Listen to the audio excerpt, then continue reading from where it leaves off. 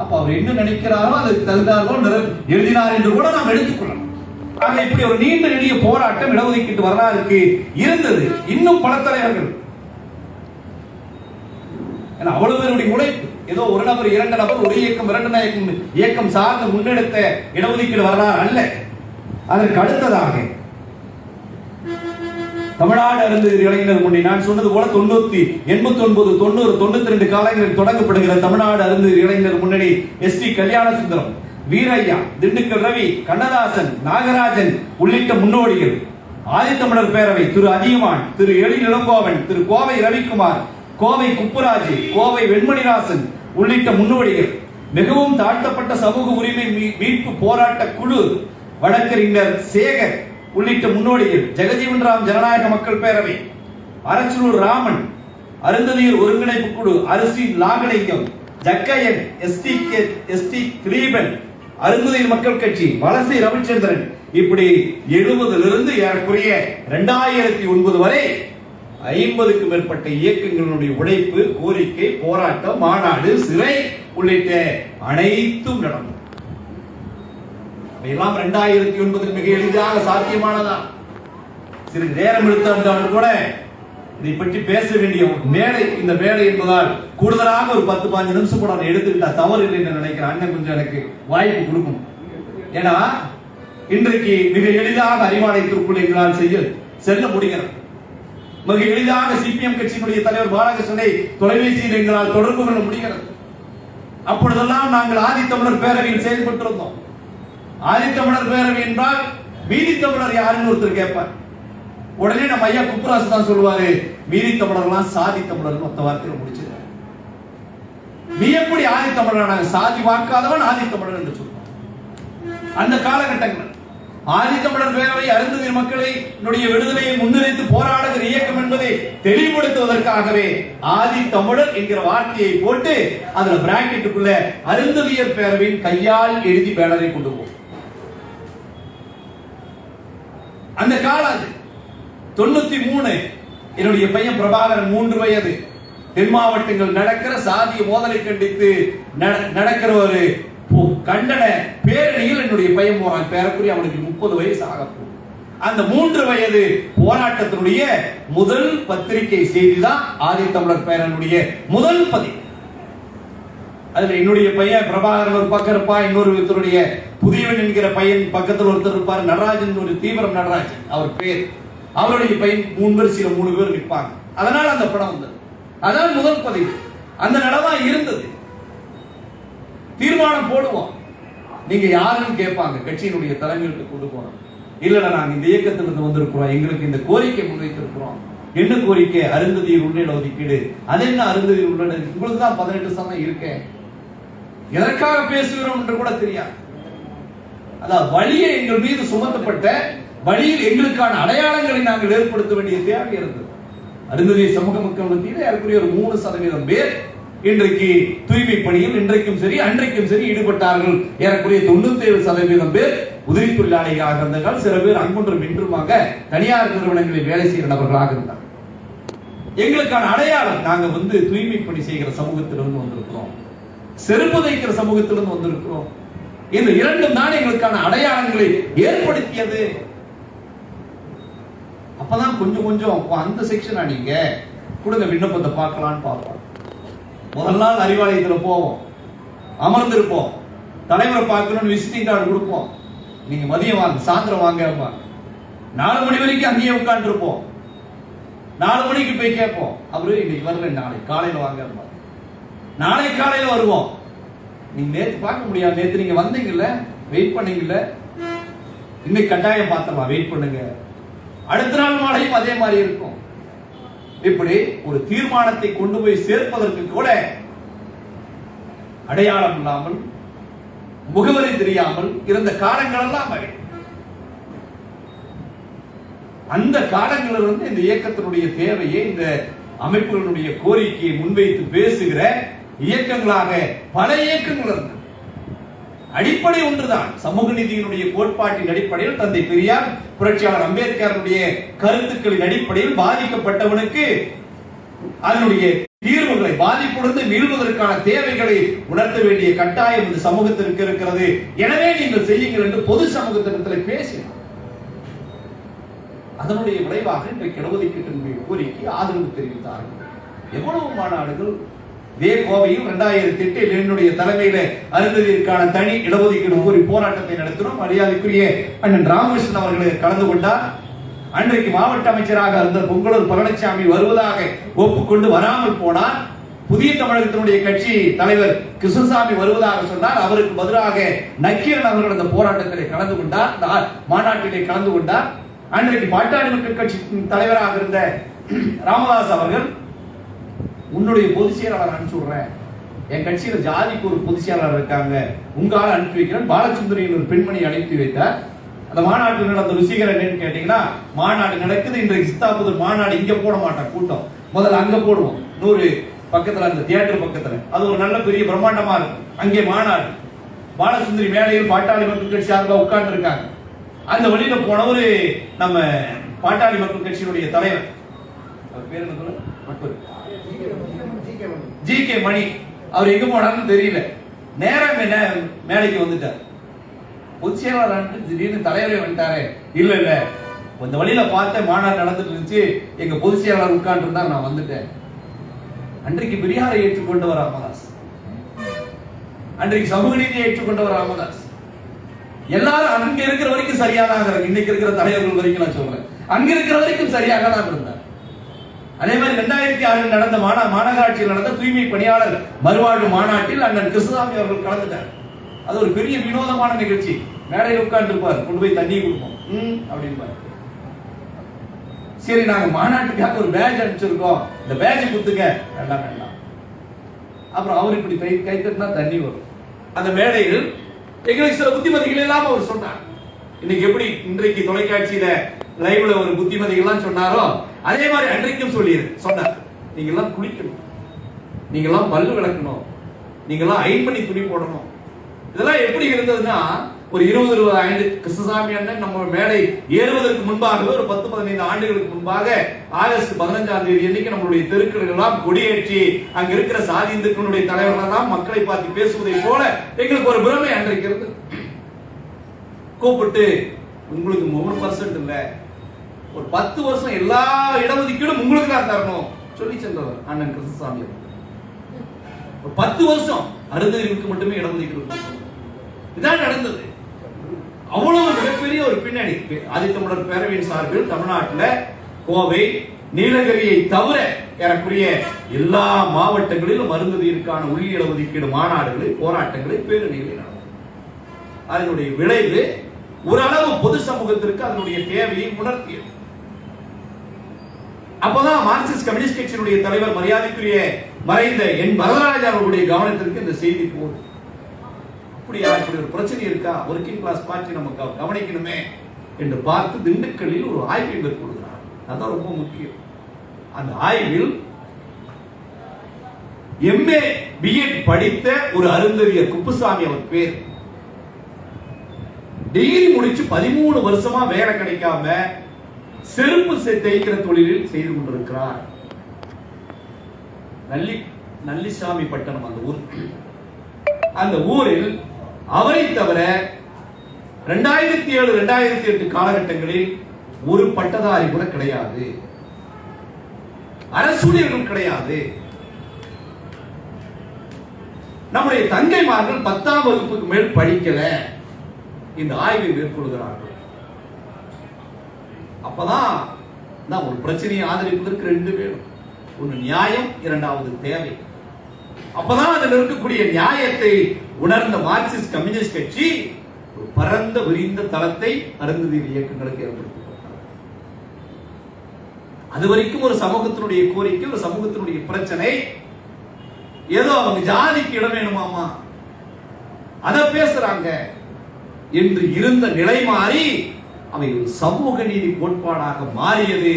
ஒரு சமூகத்தினுடைய வளர்ச்சிக்கு தேவைப்படுகிற திட்டமாக மாற்றியது எண்ணியவர். அதனுடைய கடைசி 2008 ஒரு மிக பிரம்மாண்டம் என பேர் யூகேஸ் குறிப்பிட்டதை போல எனக்கு 20,000 பேர். அண்ணன் அதியமான் அவர்களை அழைத்து செல்கிறார்கள். அதியமான் எங்களிடத்தில் பகிர்ந்து கொண்ட செய்தி, நான் போன எம்பி எல்லாம் முன்னாடி உட்கார்ந்து இருந்தாங்க, நான் பின்னாடி உட்கார்ந்து இருந்தேன். முதலமைச்சர் என்ன பிரச்சனை சொல்லுங்கன்னு கேட்டாரு. கம்யூனிஸ்ட் கட்சிகள் எப்படி இன்றைக்கு வரைக்கும் மக்களால் போற்றப்படுகிற நம்பிக்கைக்குரிய தலைவர்களால் இருக்கிறார்களா? இதுதான். உடனே எம்பி அவர்கள் பின்னாடி வந்து உட்கார்ந்துட்டு, அதிகமா நீங்க முன்னாடி வாங்க, உங்க பிரச்சனை என்ன முதலமைச்சர் சொல்லுங்க. எங்கேயாவது இதை பார்த்திருக்க முடியுமா? இதில் அமர்ந்திருக்கிற இந்த நாட்டினுடைய முதலமைச்சர், மிகப்பெரிய ஒரு கட்சியினுடைய தலைவர், ஆளுமை. அவர் எதிரிலே உட்கார்ந்து முதல் வரிசையில இருப்பது எண்ணி, நான் பேசினா கூட சரியா இருக்காது, நீங்க வாங்க பேசுங்க. பேசுகிறார். அதற்கு பின்பு மீண்டும் இரண்டாவது ஒரு சந்திப்பு நடக்கிறது. அதற்கு பின்பு 2008 இறுதியில் ஒன்மேன் கமிஷனர் ஜனார்தனன் தலைமையில் அமைக்கும். அப்படி அமைக்கப்படுகிற பொழுது அந்த கமிட்டியில ஏறக்குறைய 27 கட்சியினுடைய தலைவர்கள் கலந்து கொண்டார்கள். பாஜக உள்பட, புரட்சி பாரதம் உள்பட, பூவை மூர்த்தி அதிலே கூட்டத்திலே கலந்து கொண்டு இந்த நாள் கருப்பு நாள் என்று எதிர்த்தார் கிருஷ்ணசாமி. அவர் சொன்ன வாதங்கள் இது தலித்துகளுக்குள் பிளவை ஏற்படுத்திவிடும். நான் சொல்வது 2008 இறுதி கட்டத்தில், இந்த முழக்கம் இன்றைக்கு வருவது 2024 ஆகஸ்ட் மாதத்தில். தலித்துகளுக்குள் பிளவை ஏற்படுத்திவிடும், எனவே இது கருப்பு நாள், நான் வெளியேறுகிறேன் என்று சொன்னார். மீதி அனைத்து கட்சிகளும் ஆதரித்தார். அப்பொழுது விடுதலை சிறுத்தைகளுடைய தலைவர்கள், உள் இடஒதுக்கீடு ஏற்கனவே ஆந்திராவில் கொடுக்கப்பட்டு நிலுவையில் இருக்கிறது, வேண்டும் என்றால் வேறு ஏதாவது மாற்றி ஏற்பாடு, சிறப்பு திட்டங்கள், சிறப்பு நிதிகளை ஏதாவது ஒதுக்கினால் சரியா இருக்குமா என்று பேசியதாகவும், முதல்வர் இடஒதுக்கீடு கொடுப்பதில் உறுதியாக இருந்த காரணத்தினால் வேறு வழி இல்லாமல் ஒப்புக்கொண்டதாகவும் அண்ணன் அதியமான் அவர்கள் எங்களிடத்தில் பேசுகிற பொழுது பல நேரங்களில் சொல்லியிருக்கிறார். அதற்கு பின்பு 2009 இடஒதுக்கீடு தீர்ப்பு உத்தரவு வருகிறது. ஏப்ரல் மாதத்தில் முதல் ஜீவோ 50, அந்த 50 இந்த மக்களுக்கான பிரிபரன்சியல், அதாவது முன்னுரிமை அடிப்படையில் அவர்களுக்கு 3% இடஒதுக்கீடை வழங்க வேண்டும். முன்னுரிமைனா என்ன? 100 பேர் எடுக்கிறோம், 18 + 1 19 பேரில் 3 பேர் அறிஞர்களாக இருக்கணும். 1 விட்டு 18 3 பேர் அறிஞர்களாக இருக்க வேண்டும். இதுதான் பிரிபரன்ஸ். அது எப்படி ரோஸ்டர் போடுறது? 200 ரோஸ்டர் சிஸ்டம், ஒரு ரோஸ்டர் சிஸ்டம். அதன் அடிப்படையில் தான் தமிழ்நாட்டில் அரசு பணியாளர்களை நியமனம் செய்வார். அதுல அருந்ததியர்களுடைய கேட்டகரிஸ் எப்பொழுதெல்லாம் அருந்ததியர்களுக்கு முன்னுரிமை கொடுக்கலாம். 2வது இடத்தில், 32வது இடத்தில், 66வது இடத்தில் 100 பேர் பட்டியல் சமூகத்தை சார்ந்தவர்கள் எடுத்தால் அதில் 3 பேர் அருந்ததியர் சமூகத்தை சார்ந்தவர்கள். அப்புறம் அதற்கு பின்பு அதே கட்சியில் பல்வேறு விதமான நெருக்கடி. எம்பி அவர்களை கூட சந்தித்த போது சம்பத் அவர்களும் எம்பி அவர்களும் எங்களிடத்திலே பரிமாறிக்கொண்டது, மார்க்சிஸ்ட் கம்யூனிஸ்ட் கட்சியிலே கூட நாங்கள் ஒரு ஒத்த நிலையை கொண்டு வர முடியல, கடுமையான எதிர்ப்பு, இதில் இருக்கக்கூடிய தேவையை, நியாயத்தை, அறத்தை எங்கள் கட்சி கேடர்கள் மத்தியில் நாங்கள் கொண்டு போய் சேர்ப்பதற்கு 6 மாத காலம் தேவைப்பட்டது. 6 மாதம் தொடர்ந்து நாங்கள் பேசினோம். அதன் பின்புதான் தத்துவார்த்த ரீதியில் கட்டமைக்கப்பட்ட ஒரு கட்சியிலே கூட இந்த கோரிக்கையை ஏற்றுக்கொள்ள முடிந்தது என்று எங்களிடத்தில் பேசினோம். கம்யூனிஸ்ட் கட்சியிலேயே அப்படி ஒரு நிலை என்றால் திமுகவில் அதை விட நாம எப்படி யோசிச்சு பார்க்க முடியும்? என்ன அழுத்தம் தெரியல. அதற்கு அடுத்தது ஒரே மாதத்தில் இன்னொரு ஜீவோ, அரசாணை 61. அதுல என்ன சொல்றாங்க? முதல் ஜீவோ 50 ஏப்ரல் மாதத்தில் போடுகிற அரசாணையில் 3% உள் இடஒதுக்கீட்டின் அடிப்படையில் அவர்களுக்கு பிரிபரன்சியல் முன்னுரிமை அடிப்படையில் அவர்களுக்கு வேலை வாய்ப்பு, கல்வி இதில் தரணும் சொல்றோம். இரண்டாவதாக, இதில் தகுதி இல்லாத நபர்கள் இருந்தால் இதில் இருக்கிறவன் அங்கேயும் போய்க்கலாம், அங்க இருக்கிறவன் இங்கேயும் இப்படி ஒரு ஜீவம் போடுறாங்க. இதற்கு இடையில மதுரை காமராஜர் பல்கலைக்கழகத்தில் 12 பேராசிரியர் பணியிடங்களுக்கு ஒரு விளம்பரம் வெளியிட்டார். எல்லா இடத்துலையும் பாத்தீங்கன்னா ஒரு போஸ்ட் 2 போஸ்ட். 2வது போஸ்ட் வரும்போது இயல்பாவே எஸ்சி 12 காலி பணியிடங்களில் 11 காலி பணியிடங்கள் எஸ்சிஏ காணும். ஏன்னா 2வது இடத்துல இருக்கிறதுனால வந்துடும்.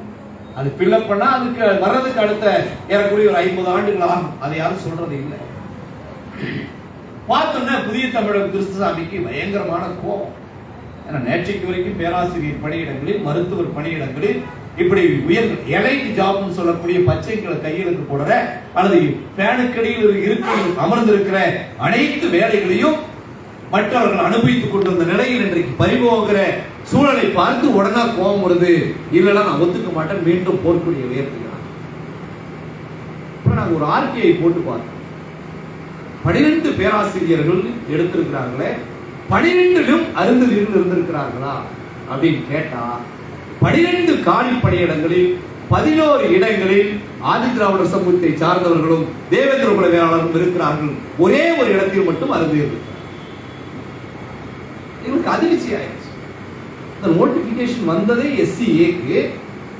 எப்படி 11 பேர் போயிருக்காங்கன்னா 2வது வந்த அரசாணையை பயன்படுத்தி தகுதி இல்லாத நபர்கள் கொண்டு போனால் அந்த 15 இவர்கள் 15 இருக்கிறவனை இங்க கொண்டு வந்துடலாம் என்கிற அரசாணையை பயன்படுத்தி அந்த 12ல 11 பேர் அனுப்பி. இது அப்படியே அப்படிங்கிறவளாச்சு பாரதியார் பல்கலைக்கழகம். மயில்தேவி என்கிற ஒரு பொண்ணு எஸ்சிஏக்கான கேட்டகரி எஜுகேஷனல் டிபார்ட்மெண்ட், அதாவது பிசிக்கல் எஜுகேஷன் துறை. அந்த துறையில ஒரே ஒரு காலி பணியிடம் தான் இருக்கு. அந்த ஒரு காலி பணியிடமும் பெண்களுக்கானது. அந்த பெண்களுக்கான காலித்துறையும் எஸ்சிஏக்கான காலி பணியிடம். பாரதியார் பல்கலைக்கழகத்தில் நோட்டிபிகேஷன் வெளியிடுறாங்க. மயில்தேவி என்கிற பெண் விண்ணப்பம் போடுகிறாங்க. போட்ட பின்னாடி இங்கிருந்து நோட்டிபிகேஷன் இன்டர்வியூக்கும் கடிதம் வருது. கடிதம் வந்து நேரடியா அந்த பெண் நேர்முக தேர்வுக்கு கலந்துக்கிறாங்க. நேர்முக தேர்வில் போய் அமர்ந்து கொள்கிற பொழுது இல்ல உங்களை நான் நேர்முக தேர்வு செய்ய முடியாது. இந்த பொண்ணுக்கு புரியல. நான் விண்ணப்பம் போட்டிருக்கேன், விண்ணப்பத்தை ஆய்வு செஞ்சிருக்கிறீங்க, ஆல் டிக்கெட் அனுப்பிச்சிருக்கிறீங்க, ஆல் டிக்கெட் அடிப்படையில் தான் நான் தேர்வுக்கு வந்திருக்கிறேன். இங்க வந்து அமருகிற பொழுது என்னை எப்படி நீங்க வந்து இன்டர்வியூ பண்ணாம போலாம் தகராறு செய்து நம்முடைய தோழர்களாம் சென்று கடைசியில இன்டர்வியூலையும் போய் உட்கார்றாங்க. உட்கார்ந்த பின்பு இந்த பெண் தகுதி இல்லாதவர் அப்படின்னு ஒரு மார்க் போட்டு அனுப்பிச்சாங்க. செலக்ஷன் கமிட்டியில உட்கார்ந்து இருக்கிற மகான்கள் இருக்கிறாங்க இல்லையா, இன்னார் தகுதியானவர் இன்னார் தகுதி இல்லாதவர் என்பதை வரையறை செய்வதற்கு எந்த கிரிட்டீரியாவும் கிடையாது. எனக்கு உங்களை பிடிக்கல, உங்களுடைய ஆட்டிடியூட் சரியில்லை, நீங்க எனக்கு வணக்கம் சொன்ன முறை சரியில்லை, நீங்கள் நடந்து வந்த விதம் சரியில்லை அப்படின்னு சொன்னா கூட உங்களுக்கான மதிப்பெண்ணை நான் குறைத்து போட்டு விட முடியும். 6 மாதம் கழித்து அந்த இடத்திற்கு போனா வேற இதே பட்டியல் சமூகத்தில் இருக்கிற வேற ஒரு பெண் அங்கே பணி செய்து கொண்டிருக்கிறார். ஆக ஜீவோ 50 3% கூட 3 பேருக்கு முன்னுரிமை கூடன்னு சொல்லுது. ஜீவோ 61 பரவாயில்ல, அதுல தகுதியான ஆள் இல்லைன்னா இதுல நீ போய்க்கின்ற அடிப்படையில அந்த இடஒதுக்கீடும் கேள்விக்குள்ளாக இருக்கிற நிலையில் தான் கடந்த 2012 தீர்ப்பு உச்ச நீதிமன்றத்துக்கு மதுரையிலே உயர்நீதிமன்ற கிளையில் ஒரு வழக்கு தொடுக்கிறார்கள். நம்மளுடைய பெரியாரிய உணர்வாளர் கூட்டமைப்புடன் இருக்கிற குழந்தை அரசு உள்ளிட்ட 7 பேர், அதில் புதிய தமிழகம் கட்சியை சார்ந்த ஒருவர் இருக்கிறார். இப்படி 7 பேர் வழக்கு தொடுக்கிறார்கள். அரசியலமைப்பு சட்டத்திற்கு எதிரானது. பட்டியல் மற்றும் பழங்குடி மக்களுக்கான திட்டங்களை தீட்டுவதற்கு மாநில அரசுக்கு உரிமை இருக்கு. ஆனால் இடஒதுக்கீடு போன்ற வரையறை செய்வதற்கு உனக்கு எந்த அதிகாரமும் கிடையாது. அரசியலமைப்பு சட்டத்திற்கு எதிரானது. இந்த தீர்ப்பை ரத்து செய்ய பிரிபரன்சியல் ஆக்ட் சொல்லக்கூடிய இந்த உத்தரவை ரத்து பண்ணணும்னு சொல்றாங்க. சென்னை உயர்நீதிமன்றமும் மதுரை உயர்நீதிமன்றமும் அதை கோப்புக்கு எடுத்துட்டு இல்ல நம்ம கரெக்டா தான் போட்டிருக்கோம். Reservation in reservation, inner reservation, இடஒதுக்கீட்டிற்குள் இடஒதுக்கீடு. அண்ணா சொல்லுவார் இல்லையா, அது என்னடா நாட்டிற்குள் நாடா அப்படின்னு கேள்வி கேட்பார்கள். அதே போலவே ரிசர்வேஷன் இன்னர் ரிசர்வேஷன் என்கிற வார்த்தையை பயன்படுத்தி இதெல்லாம் சரியா தான் போட்டிருக்கு. இருந்தாலும் இது சம்பந்தமான வழக்குகள் வேறு வேறு மாநிலங்கள் இருக்கிற விஷயங்கள் எல்லாம் டெல்லியில இருக்கு, நீ அதோடு சேர்ந்து நடத்துக்கன்னு சொல்லி அனுப்பிச்சாங்க. அனுப்பிய பின்பு ஏறக்குரிய இந்த ஆகஸ்ட் 1ஆம் தேதி வரை அதனுடைய தீர்ப்பில் கிடக்கில் போட்டு அன்றைக்கு விசாரித்து ஒரு தீர்ப்பை வழங்கியிருக்கிறார். இயல்பாக நமக்கு இருக்கிற கேள்வி, அவர்கள் சொல்லுகிற செய்தி, குறிப்பாக விடுதலை சிறுத்தைகளை தவிர பொதுவெளியில் பெரிய அளவில் யாரும் அரசியல் ஆளுமைகள் யாரும் பெரிதாக தமிழ்நாட்டில் எதிர்த்ததாக நமக்கு தெரியவில்லை. ஒருவேளை இன்னும் எதிர்க்கிற நபர்கள் அமைதியாக கூட இருக்கலாம், அல்லது என்னுடைய எனக்கு தெரியாமல் கூட போகலாம். அதை நீங்கள் மன்னித்து இருக்க வேண்டும். பொதுவாக விடுதலை சிறுத்தைகள் இன்றைக்கு எதிர்க்கிறார். அவர்கள் எதிர்ப்பதற்கு சொல்லுகிற காரணம் எங்களுக்குள் பிளவுகளை ஏற்படுத்திவிடும். அதான் இந்த ஹோமோஜீனியஸ் ஹெட்ரோஜீனியஸ் இரண்டு வார்த்தைகள் அந்த தீர்ப்பில் சொல்லப்பட்டது. ஹோமோஜீனியஸ்னா என்ன? எல்லாம் ஒரே வீட்டில் இருக்கிறோம், எல்லாத்துக்கும் ஒரே உரிமை இருக்கு, எல்லாத்துக்கும் ஒரே சம பங்கீடு இருக்கு, எல்லாருக்குமே 2 இட்லி தான், யாருக்கும் 1 இட்லி இல்ல, யாருக்கும் 3 இட்லி இல்ல, எல்லாருடைய நடைமுறை பாவனை ஒரே மாதிரி இருக்கு, எல்லாருக்கும் ஒரே விதமான சமூக அங்கீகாரம் இருக்கு, எல்லோருக்கும் ஒரே மரியாதை இருக்கிறது. இதுதான் ஹோமோஜீனியஸ். எனவே அவர்களுக்குள் பிளவுகளை ஏற்படுத்த வேண்டும் என்கிற நிலையில் தீர்ப்பு இல்லை. இப்படிதான் நாம் இருக்கிறோம், இது எங்களுக்குள் பிளவுகளை ஏற்படுத்தி விடும் என்று விடுதலை சிறுத்தைகள் கட்சியின் சார்பாக ஒரு வாதத்தை முன்வைக்கப்படுகிறது. அந்த ஹெட்ரோஜீனியஸ் ஒரு வார்த்தையை அதே தீர்ப்பில் பயன்படுத்துகிறார். பட்டியல் சமூக மக்கள் இவர்களெல்லாம் சின்னையா வழக்கில் சொன்னதை போல ஒரு சமூக நிலையில் இல்லை. அவர்கள் வேறு வேறு குடும்ப பின்னணியோடு, வேறு வேறு பண்பாட்டோடு, வேறு வேறு மரபு சார்ந்த விஷயங்களோடு, வேறு வேறு திருமண சடங்குகளோடு வேறு வேறு விதமாக வேறுபட்டு தான் இருக்கிறார்கள். பட்டியலில் இருக்கிற ஒரு ஒற்றுமையை தவிர வேறு எந்த ஒற்றுமையும் கிடையாது. உதாரணத்துக்கு தமிழ்நாட்டில் கூட ஆதி திராவிடர் சமூகத்தை சார்ந்த ஒரு பெண்ணை கரடிசித்தூர் என்ற பகுதியில் அருந்ததியர் இளைஞர் ஒருவர் காதலித்து விட்டார் என்பதற்காக ஆதி திராவிடர் பெண்ணை அருந்ததியர் இளைஞர் விழுப்புரம் மாவட்டத்தில் இருக்கக்கூடிய கரடிசித்தூர் என்ற ஊரில் காதலித்து விட்டார் என்பதற்காக அங்கு இருக்கக்கூடிய ஆதி திராவிடர் இளைஞர்களெல்லாம் சேர்ந்து அந்த அருந்ததியர் இளைஞருடைய தங்கையை, அண்ணியை பாலியல் வன்புணர்ச்சி செய்தார்கள் என்று பதிவு செய்யப்பட்டிருக்கிறது என்று ஒரு ஆவணத்தை எடுத்து போடுகிறார். அது உண்மையா என்றால் உண்மை. ஆனால் விடுதலை சிறுத்தைகள் அருந்ததியர் இளைஞர்கள் பக்கம் இருந்தது என்பதை நாம் ஒப்புக்கொள்ளதான் வேண்டும். எதை மறைத்து பேச வேண்டிய அவசியம் இல்லை. விடுதலை சிறுத்தைகள் நம்மோடு இருந்தது அன்றைக்கு. அப்போ ஒரே சமூகம் ஒரே நிலையில் சமூக அளவில் அந்தஸ்தோடு இருந்திருந்தால் அப்படி ஒரு சூழல் வந்திருக்குமா என்ற கேள்வியை நீதியரசர் முன்வைக்கிறார். இதே நிலை இன்னொரு பக்கம் வந்தது, சந்தையும் இடைவில் ஒரு தடுப்பு சுவர். இந்த பக்கம் ஆதி திராவிட சமூகத்தை சார்ந்தவர்கள், இந்த பக்கம் அருந்ததியர் சமூகத்தை சார்ந்தவர்கள். நான் உன்னை பார்க்க கூடாது, நீ தீட்டாகி விடா என்று சாதி இந்து மன்னரில் அங்கு இருக்கக்கூடிய ஆதி திராவிட சமூகத்தை சார்ந்தவர்களாம் இருந்தார்கள்.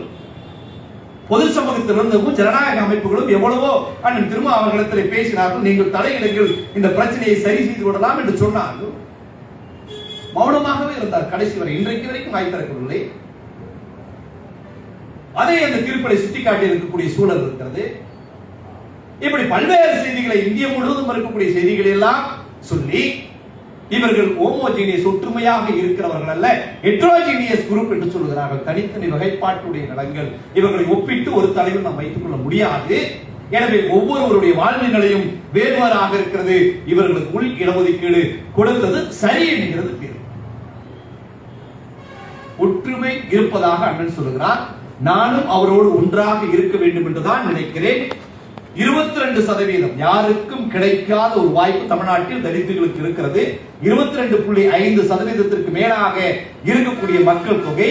இந்த 22% ஒன்றாக நினைத்தால் நிச்சயமாக தமிழ்நாட்டில் ஒரு தலித் முதலமைச்சராக முடியும், அல்லது யார் முதலமைச்சர் ஆவார் என்பதை முடிவு செய்கிற இடத்தில் தலித்துகள் இருக்கிறார்கள். நாமும் ஒப்புக்கொள்கிறோம்.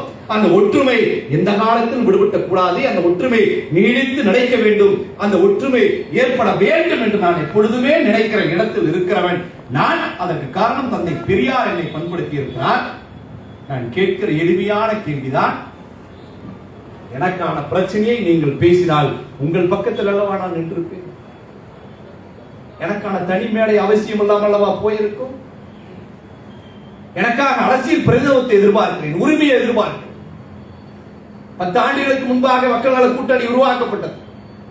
25 இடங்கள் கொடுக்கப்பட்டது. உங்களுக்கு ஒரு 2 இடம் கூடவா எனக்கு தருவதற்கு தகுதி இல்லாமல் போய்விட்டது சமூகத்தில். நான் வேற எங்கு போய் அரசியல் பிரதிநிதித்தை கேட்க முடியும்? தென் மாவட்டங்களில் கேட்க முடியுமா? வட மாவட்டங்களில் கேட்க முடியுமா? நாங்கள் ஆரம்பத்தில் முன்வைத்தோம், அருந்ததி ரோட்டு அண்ணி இருக்கிறது என்ற கோரிக்கை முன்வைத்தோம். அதற்கு ஏதோ யாருடன் முரண்பாடுவதல்ல, யாருக்கு எதிரானதல்ல. இந்த மக்களுக்கான அரசியல் உரிமை பெறப்பட்டால் சட்டமன்றத்தில் நாடாளுமன்றத்தில் போய் அமர்வார்கள், இந்த மக்களுடைய பிரச்சனைகளை பேசுவார்கள். எனவே எங்களுக்கு அந்த பிரதிநிதித்துவத்தை கொடுங்கள் என்று கேட்டோம். 25 இடங்களில் 2 இடங்கள் கூட தரல. எப்படி உங்கள் மீது எங்களுக்கு நம்பிக்கை? நான் சொல்லுகிறேன், 70 2008 வரை அருந்ததியருக்கான உள்ளிட ஒதுக்கீடு நீண்ட நெடிய போராட்ட வரலாறு உங்களிடத்தில் படித்து காட்டுங்க. இத்தனை தலைவர்கள் இவர்களெல்லாம் கண்ணுக்கு தெரியாதவர்கள், அரசியல் ரீதியாக வெளியே வந்தவர்கள் இன்னும் ஒரு பட்டியல், பெரிய பட்டியல் இருக்கு. எங்காவது ஒரு இடத்தில் மாற்றுத்திறனாளிகளுக்காக மாநாடு, 3ஆம் பாலினத்திற்காக மாநாடு, ஈழத்தமிழர்களுக்காக ஒரு மாநாடு, மலையக தமிழர்களுக்காக ஒரு மாநாடு, இப்படி அனைவருக்கும் மாநாடு நடத்தி இருக்கிறீர்களே அன்பு அண்ணனே, எங்காவது ஒரு இடத்தில் அருந்ததியருக்கான உள் இடஒதுக்கீடு கோரிக்கை மாநாடு எங்காவது ஒரு இடத்தில் நடத்தியிருந்தால் சொல்லுங்க, நான் உங்கள் பின்னால். இப்போதும் சொல்றேன், அரசியல் ரீதியாக உங்களை தனிமைப்படுத்த வேண்டும் என்று யார் நினைத்தாலும் உங்களுக்கு முட்டுக் கொடுக்கிறவர்களாக நாங்கள் நடந்தது. பிஜேபி இன்றைக்கு உங்களை மையமாக வைத்து இயக்கம் நடத்திய போது நாங்கள் தெருவில் உங்களுக்காக பேசவில்லையா, போராடவில்லையா? பேசுகிற இடத்தில் நாங்கள் இருக்கிறோம், உங்களுக்கான அரணாக நாங்கள் இருப்போம், அதில் எந்த விதமான சந்தேகமும் கிடையாது.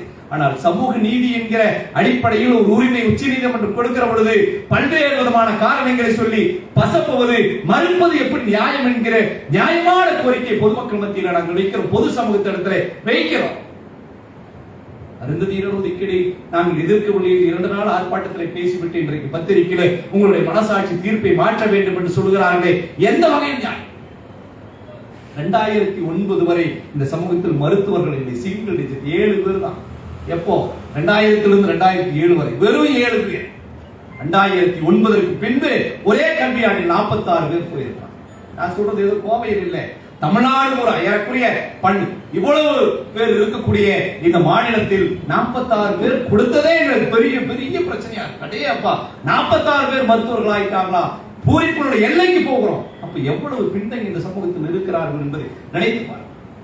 1.5 லட்சம் சீட்டுக்கு மேல இருக்கு, 46 பேர் எனக்கு கிடைச்சிட்டாங்களா என்று சந்தோஷத்தில் நான் சொல்லுகிறேன் என்றால் அந்த வாய்ப்பு கூட இல்லாமல் தான் ஒரு நாள் வந்திருக்கும். ஒரு நீதிபதி இல்லைங்க. 2009 முன்னாடி உயர்நீதிமன்றத்திலும் உச்ச நீதிமன்றத்திலும் ஒரு நீதிபதி கூட கிடையாது. இன்றைக்கும் என்ன நிலைமை தோழர் சொன்னார், மலரும் சொன்னார். ஒரு நீதியரசர் கிடையாது, மருத்துவர்கள் கிடையாது, பேராசிரியர் கிடையாது, வைஸ் சான்சலர் கிடையாது. சமூகத்தினுடைய பங்களிப்பு ஒரு சமூகத்தில் இருக்கிற யாரோ ஒருவருக்கு கிடைக்கிற வாய்ப்பல்ல. அதை பார்த்து நீயும் படித்தால், நீயும் நன்றாக இருந்தால் அந்த இடத்தில் போக முடியும், உன்னுடைய வாழ்க்கையை மேம்படுத்தி விட முடியும் என்பதற்கான எடுத்துக்காட்டுதான் மருத்துவர்களும் பேராசிரியர்களும் நீதியரசர்கள். கோட்டை போட்டு அடுத்த நாளே வந்து நம்ம கூட நிற்பது அல்ல. அனைத்து இயற்கை வளங்களும் அனைத்து வளங்களும் ஜனநாயகப்படுத்துதல் என்பது அம்பேத்கர் அவர்கள் சொன்னதை போல கடைசி எளிய மனிதனுக்கும் செல்லுகிற ஜனநாயகத்தினுடைய வெளிப்பாடு. அதை செய்ய வேண்டிய பொறுப்பு இருக்கா இல்லை? இவையெல்லாம் நீங்கள் செய்திருந்தால் தலித் ஒற்றுமை நிச்சயமாக இன்று முன் இருந்தது. சிஏ இடஒதுக்கீடு 2009 2024 வரை இன்றைக்கு வரைக்கும் அனுபவித்துக் கொண்டிருக்கிற பொழுது கெட்டு போகாத தலித் ஒற்றுமை எப்படி கெட்டு போகும்? அப்படி யாராவது இந்திய முழுவதும் இருக்கக்கூடிய ஒரே சமூகம் இருக்கிறதா? அருந்ததியர் என்றால் அருந்ததியர் காஷ்மீரிலிருந்து கன்னியாகுமரி வரை இருக்கக்கூடிய பட்டியல் சமூகத்தில் இந்த சாதி தான் மெஜாரிட்டியாக இருக்கிறது, இவர்கள் நாடாளுமன்றத்திற்கு போவதற்கு தடையாக இருக்கிறது என்று ஏதோ ஒரு குறிப்பிட்ட சாதியை சொல்ல முடியுமா? தமிழ்நாட்டில் இருக்கிறவன் ஆந்திராவில் இல்லை, ஆந்திராவில் இருக்கிறவன் கர்நாடகாவில் இல்லை, கர்நாடகாவில் இருக்கிற குஜராத்தில் இல்லை. அவர்களை எல்லாம் இணைப்பது என்றால் தொழில் ரீதியாக இணைக்கணும். தொழில் ரீதியாக இணைப்பது என்பது அயோக்கிய தனத்தினுடைய வெளிப்பாடு. இங்கே மலம் எழுகிறவன் அவன் அங்கே மலம் எழுகிறான், எனவே அவனும் இவனும் ஒன்று என்று சொல்வது மிகப்பெரிய அயோக்கிய தனத்தினுடைய வெளிப்பாடாக நாங்கள் பார்க்கிறோம். எனவே அப்படி பார்க்க முடியாது. இந்த சாதி அந்த சாதியோடு கொள்கை கொடுப்பனை வைத்திருக்கிறதா? இந்த சாதியினுடைய மரபுகளும் பண்பாடுகளும் வழக்கங்களும் திருமண சடங்குகளும் அங்கிருக்கிற சாதிகளோடு ஒத்து போயிருக்கிறதா? அப்படி ஒத்து போயிருந்தால் இங்கே இருப்பவனும் அங்கே இருப்பவனும் ஒன்று என்று சொல்ல முடியும். அப்படி எதுவுமே இல்லை. தமிழ்நாட்டில் இருக்கக்கூடிய ஒரு மைனாரிட்டி கம்யூனிட்டி, பட்டியல் சமூகத்திலே மைனாரிட்டி கம்யூனிட்டி என்று சொல்லுகிற நீங்கள் சொல்லுகிற ஒரு சமூகம் இடஒதுக்கீடு ஏதோ 2 சீட்டு கூடியா நான் படிக்கணும் வேலைக்கு போகணும் என்று கேட்பதற்கு டெல்லி சுல்தான் இடத்தில் விண்ணப்பத்தை போட முடியுமா? மாநில முதலமைச்சர் இடத்தில் போட முடியும். மாநில முதலமைச்சர் இடத்தில் தான் போட முடியும். நீங்கள் சொல்லுகிற யோகி ஆதித்யநாத் கையில் அந்த சட்டம் கிடைத்தால் என்ன கிடைக்கும் என்று புலம்புகிறீர்களே, அதே யோகி ஆதித்யநாத்தில் நான் போய் இடஒதுக்கீடு கேட்க முடியுமா? துவாரியும் கேட்பான்ல, அருந்ததியர்னா என்னன்னு கேட்பான்ல, ஆதித்தமிழர் தான் என்னன்னு கேட்பான்ல. 40 சீட்டு ஜெயிச்சதுக்கே ரயில்வேல 10 ரூபா ஒதுக்கலாம். இங்க இருக்கிற ஒரு குறிப்பிட்ட செக்ஷனுக்கு இடஒதுக்கீடு கொடுக்கிறதுக்கு மோடிக்கும் அமித்ஷாக்கும் உங்களுக்கும் அவ்வளவு பெரிய சமூக நீதி பெரிய தலைவர்கள் அவர்கள் அப்படியெல்லாம் இல்லை. ஒரு மாநிலத்தில் நாங்கள் வாழ்கிறோம், குவியலாக இருக்கிறோம். இந்த மாநிலத்தினுடைய முதலமைச்சரிடத்திலே அரசியல் ஆளுமைகள் மத்தியிலே எங்களுக்கான கோரிக்கைகளை முன்வைக்க முடியுமே ஒழிய டெல்லி சுல்தானிடத்தில் நாங்கள் எப்பொழுதும் வைத்துக் கொள்ள முடியாது. அப்படி வைத்தாலும் நடைபெறும். டெல்லியில் இருக்கக்கூடிய தலித்துகள் எல்லாம் ஒன்று சேர்ந்து அதிகாரத்தை பிடிப்பதற்கு நாங்கள் எப்படி தடையாகிறோம்? மாயாவதி முதலமைச்சர் ஆகிற பொழுது நாங்கள் இந்த இடத்துல இனிப்பு வழங்கியவர்கள். அண்ணன் திருமா அவர்கள் யார் தோற்றாலும் பரவாயில்லை, அண்ணன் திருமா ஜெயிக்க வேண்டும் என்று அவளோடு தொலைக்காட்சி பெட்டிக்கு முன்பாக இருந்து தேர்தல் முடிவுகளை பதவதப்போடு பார்த்துக் கொண்டிருந்தவர்கள். நாங்கள் எப்படி தலித் ஒற்றுமைக்கு சீர்குலைக்க முடியும், வெற்றி முடியும்? அவ்வளவு வலிமையானவர்களா? எங்களை பார்த்து பயப்படுகிற அளவுக்கு அறிஞர்கள் என்ன வலிமையானவர்களா? உண்மையில செந்தில் அடிக்கடி சொல்வார், அவருடைய நண்பர் சொல்லுவாராம், இந்த அருந்ததியர் மக்களை எதிரிகளா பார்க்கிறவன் மனசாட்சியே இல்லாதவங்க, பாவங்க அவங்க என்று அடிக்கடி கையை நீட்டி காட்டுவதாக எங்களுக்கு சொல்லுவார். அப்படி இருக்கிற ஒரு செக்ஷன் தான். நேற்றைக்கு வரைக்கும் தலைமையில் தொங்கிக் கொண்டிருந்த கத்தி கொஞ்சம் அகற்றி இருக்கு, அவ்வளவுதான். நாளைக்கு இந்த சீராய்வு 7 பெஞ்ச் 8 கான்ஸ்டிடியூஷன் பெஞ்சா போலாம், 9ஆ போலாம். அதுல அப்சர்வரா சொல்லப்பட்டிருக்கிற கிரிமினல் நாளைக்கு சட்டமாக மாற்றப்படலாம், என்ன வேணாலும் நடக்கலாம். கிரிமினல் நாங்களா இருக்கிறோமா?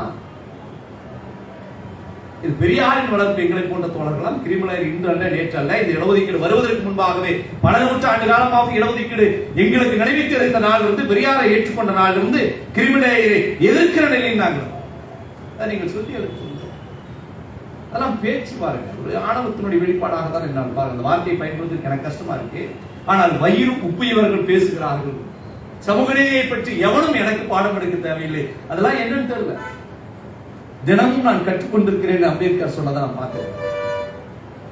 இதனுடைய வெளிப்பாடு என்பது ஏதோ ஒரு வகையில் அந்த இடஒதுக்கீடுக்கு எதிரான கோளாக இருக்கிறதை ஒழிய அந்த இடஒதுக்கீடை காப்பாற்றப்பட வேண்டும் என்ற எண்ணத்தில் இல்லை. இன்றைக்கு காப்பாற்றி இருக்கிறார்கள். பலர் காப்பாற்றுகிற இடத்தில் பேசி இருக்கிறார்கள். பல்வேறு சமூக ஜனநாயக இயக்கங்கள் இந்த தீர்ப்பை கொண்டாடி இருக்கிறார்கள், இந்த தீர்ப்பை ஆதரித்து இருக்கிறார்கள், தீர்ப்புக்கு ஆதரவாக பேசி இருக்கிறார்கள். தீர்ப்பை எதிர்த்து பேசுவர்கள் மத்தியில் இன்றைக்கு பேசுகிற நபர்களாக மாறி தீர்ப்பு செல்லுமா செல்லாதா என்பது விவாதம். பேக்லாக் வேகன்சி வருது, இன்னும் இடஒதுக்கீடு முழுமையாக ஃபில்அப் பண்ண வேண்டிய வருது. அப்ப இடஒதுக்கீடு முழுமையா ஃபில்அப் பண்ணிட்டு 3% இடஒதுக்கீடு கொடுத்தா ஒத்துக்குவாங்களா? இல்லையே. 3 பேர் ஆதித்தமிழர் பேரையில் சேர்த்து போயிருக்கலாம். நீலவேந்தன், ராணி, மகாராஜனா 3 பேர் இடஒதுக்கீட்டு உரிமைக்கு அங்க இருந்து போனவர். அப்படி ஒரு நீண்ட நெடிய வரலாறு, பல்வேறு விதமான அரசியல் போராட்டங்கள், பல தோழர்களுடைய உழைப்பு, இதெல்லாம் தாண்டி நியாயம் தேவை. இந்த 2 அடிப்படையில் உருவாக்கப்பட்ட இடஒதுக்கீடு அதான் எளிய மனுஷனுக்கான கடைசி ஜனநாயகம் என்பது அங்கிருந்துதான் வருகிறது. எனவே அதை நோக்கி இன்றைக்கு இந்த இடஒதுக்கீடு வந்திருக்கிறது. இந்த உள் இடஒதுக்கீடை காப்பாற்ற வேண்டிய பொறுப்பும் நமக்கு இருக்கிறது, கண்காணிக்க வேண்டிய பொறுப்பும் நமக்கு இருக்கிறது. அந்த அடிப்படையில் இந்த இடஒதுக்கீடு கொடுத்த உச்சநீதிமன்றத்தினுடைய தீர்ப்புக்காக பேசிய, போராடிய, களம் கண்ட, இணைந்த, பேசிய அனைத்து அரசியல் சமூக ஜனநாயக இயக்கங்களுக்கும் திராவிட தமிழர் கட்சியின் சார்பில் மட்டுமல்லாமல் நான் சார்ந்திருக்கிற அருந்ததியர் சமூகத்தின் சார்பாகவும் மீண்டும் ஒரு முறை நன்றி கூறி, தமிழ்நாட்டில் நடைபெறுகிற முதல் கருத்தரங்கம் என்று நான் நினைக்கிறேன். நாங்கள் கூட பேசிட்டு இருந்தோம். அதுக்கிடையில் அந்த சிபிஎம் ஒரு 29 திண்டுக்கல் மிகப்பெரிய ஒரு அளவிலான வெற்றி பேரணி ஒன்று திட்டமிட்டிருக்காங்க. தலைவர்கள் எல்லாம் அழைத்து பெரிய அளவில் நம்ம குஜராத்தி சமாஜ் போன்ற இடங்களில் ஒரு பெரிய ஒரு நிகழ்வை நடத்தலாம் அப்படின்னு பேசிக் கொண்டிருக்கிற பொழுது நேரு உடனடியாக கூப்பிட்டார். அப்படி கூப்பிடும் போது கூட நான் கூட சொன்னேன், அண்ணாமலை இறங்கல வச்சுக்கலாம், நேரு இன்னும் கொஞ்சம் கூடுதலா ஏதாவது ஆள் திரட்டாமல் இல்ல இது உடனடியாக செய்ய வேண்டும் அப்படின்ற முடிவோட செய்தி இன்றைக்கு செய்து முடிக்கிற நம் மரியாதைக்குரிய சகோதரர் நேரு மீது என்னைக்குமே நமக்கு தனிப்பட்ட மரியாதை இருக்கு. பாசம் என்பதை விட மரியாதை இருக்கு. ஏன்னா அதாவது ஒரு போராட்டம் நடக்குது, இந்த மேட்டுப்பாளையம் போராட்டம் குறிப்பா. அந்த போராட்டத்துல அந்த சுவர் இடிந்து விழுந்த போராட்டம், அந்த போராட்டத்தில் ஒரு அணியாக ஒரு 17 பேர் நாங்கள் கைது செய்யப்படுறோம் மொத்தம். அதே மாதிரி தோழர் திருவள்ளுவன் தனியாக கைது செய்யப்படுகிறார். அதாவது ஒரு தனி, நாங்க ஒரு அணியாக கைது செய்யப்படுறோம். திருவள்ளுவனோடு கைது செய்யப்பட்ட தோழர்களையும் எங்களோடு கைது செய்யப்பட்ட தோழர்களையும் சேர்த்து கூட்டி கழிச்சு பார்க்கும்போது அருந்ததியர் அல்லாத ஒரே தோழர் நேரு மட்டும்தான். அது ஒரு பெரிய பிரமிப்பா எனக்கு. ஒரு பொது போராட்டம், சமூக ஒடுக்குமுறைக்கு எதிரான போராட்டம், எப்படி எல்லாம் மற்றவங்க இல்லாம போனாங்க. நேரு தன்முனைப்போடு அது வந்த போராட்டம். அது ஒரு இயல்பா அமைஞ்சது இல்லை. தன்முனைப்போடு நான் வரேன் பார்க்கிறேன்னு சொல்லி வந்த போராட்டம். அப்புறம் அது தீண்டாமை சுவரா இல்லையான்னு ஒரு பெரிய விவாதம். எனக்குரிய நேரு திராவிட விடுதலை கழகத்திலிருந்து வருவதற்கு அதை கூட ஒரு அடிப்படையா இருந்திருக்கும் நான் நினைக்கிறேன். நாங்கள் எல்லாம் தீண்டாமை சுவரன் ஒரு பக்கம் நேரு உட்பட பேசுகிற பொழுது அதுக்கு எதிர்நிலையில் அந்த கட்சியில் இருக்கக்கூடிய ஒரு சில பொறுப்பாளர்கள் முன்னெடுத்து அது ஒரு பெரிய விவாதமா மாறி போச்சு. ஆக தான் ஏற்றுக்கொண்ட கருத்துல உறுதியாக இருக்கிற நபர் என்கிற காரணத்தினால் நேரு மீது என்றைக்கும் எனக்கு ஒரு தனி மரியாதை இருக்கிறது. அந்த அடிப்படையில் இன்றைக்கு இந்த கருத்தரங்கம் ஒரு நல்ல முன்னெடுப்பாக இருந்திருக்கிறது. இந்த கருத்தரங்கத்தை நேருவோடு இணைந்து நடத்திய தமிழ்நாடு திராவிட சுயமரியாதை கழகத்தினுடைய அனைத்து தோழர்களுக்கும், இந்த நிகழ்விலே கலந்து கொண்டிருக்கிற அனைத்து தோழர்களுக்கும் மீண்டும் ஒரு முறை நன்றியை கூறி அமர்கிறேன். நன்றி, வணக்கம்.